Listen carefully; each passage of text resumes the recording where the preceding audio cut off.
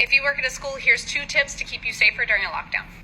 If you lock down where the door opens towards you, go to Amazon, and for $8 to $15 you can buy one of these hotel door keys. I'll show you how it works. So while the door is still open, this inserts right here.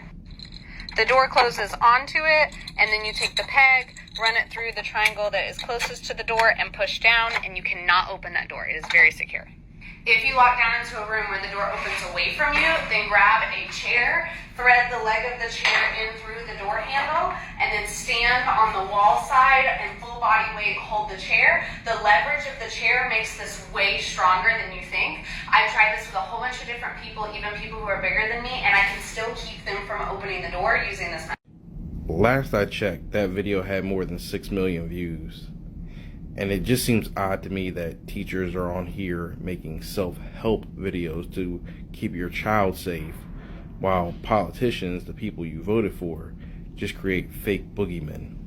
To this day, I have not seen any number or statistic of people that have been unalive simply by acknowledging and respecting the idea that history in the guise of CRT can be taught, or recognizing that gay and trans people exist. Rebel HQ and TYT, it's your man Alonzo Bodden. I am back, and hey, it's Juneteenth, and that has a little something to do with what I'm talking about, which is what we'll get into later.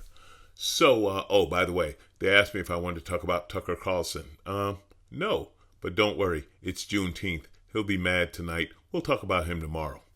Anyway, I wanted to talk about this viral TikTok video of a teacher showing how to lock the classroom. There was a lock you could buy from Amazon. If the door opens inward, this lock will jam the door so no one can open it. And if the door pulls outward to open, she showed how to use the leverage of a chair on the door handle and to stand away from the door to keep the door from being pulled open. Now God bless her for having figured this out and for knowing it and for sharing this information. But when we have teachers giving 6 million views to a TikTok video as to how to keep an active shooter from coming into your classroom and killing all the kids, well, I think we got a problem. And guess what? The problem ain't doors. Now, I find it somewhat telling that the teacher also showed where to buy this lock, because I guess teachers have to buy their own locks just like they have to buy, paper and pencils and teaching supplies that they give to kids. So here's the thing. The right-wing solution for school shootings is to arm the teachers. Well, who's going to buy the guns and who's going to buy the ammo?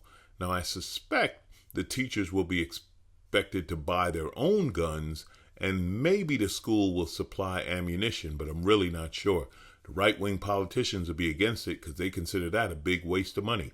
Their solution to school shootings, fewer doors. That's right. There should only be 1 door per school. See, that way you save money on doors. I'm sure right about now, the door lobby is kind of upset they didn't kick more money up to Washington and get some protection from these politicians. Yeah, it's all being blamed on them. Now, as I said, I'm doing this video on Juneteenth. And that's interesting because Juneteenth, as you may or may not know, is a celebration of the final emancipation of slaves. See, it took 2.5 years for the word of emancipation or freedom of the slaves to get from Lincoln to the far western reaches of Texas. So this is the celebration of that last day of freedom. Now, it's funny because we can't really see, I have to teach you this because we can't talk about this in schools because that would be part of the critical race theory. That's right, teaching history as it actually happened. And that might make some kids feel bad. You think I'm kidding? That's a law in Florida. Can't teach anything that makes the kids feel bad. So you're getting it from me.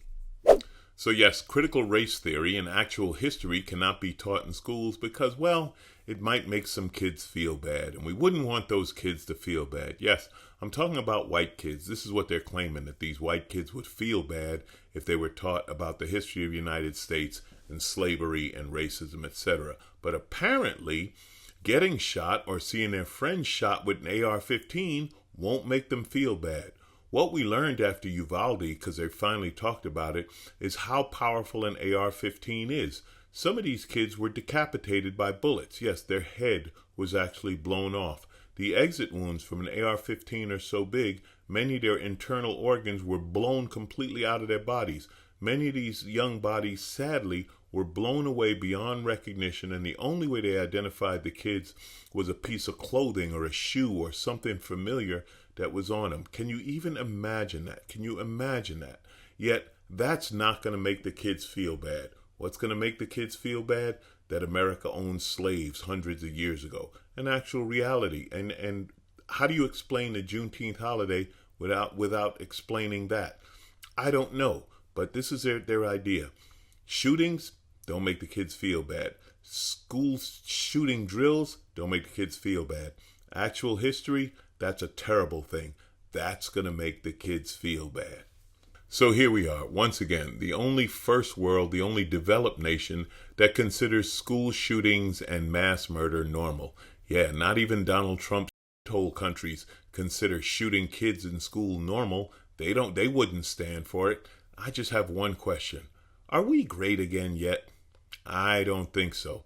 I think when we're looking at arming teachers and expecting them to be armed security guards along with all the work they already do, they're overworked and underpaid as it is, but here's a gun, protect the kids. Why? Because the police aren't rushing in to protect the kids. The police are outside talking it over, trying to figure it out. Now, we will put only one door on the school because if the school by chance catches fire while you're burning those history books, wouldn't want the kids learning the truth.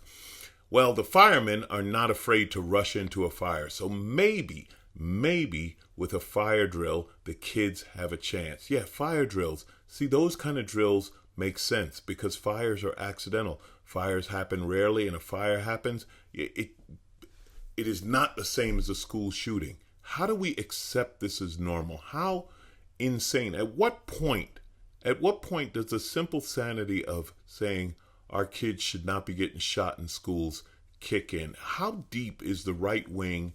And listen, and the left wing's afraid of the NRA. The right wing is financed. The left wing is afraid. How much power can you give the NRA? I really don't know. These school shootings, it's tragedy. What color was the shooter? Because if it's a black shooter or a brown shooter, then it was a terrorist. But if it was a white kid who did the shooting, well, he has mental problems and he's probably misunderstood. Maybe he's stressed. What color were the kids getting shot? Apparently, sadly, we don't care. Black kids get shot, white kids get shot, brown kids get shot, and it seems the only life they consider sacred is a fetus. Once that kid is born, they're on their own.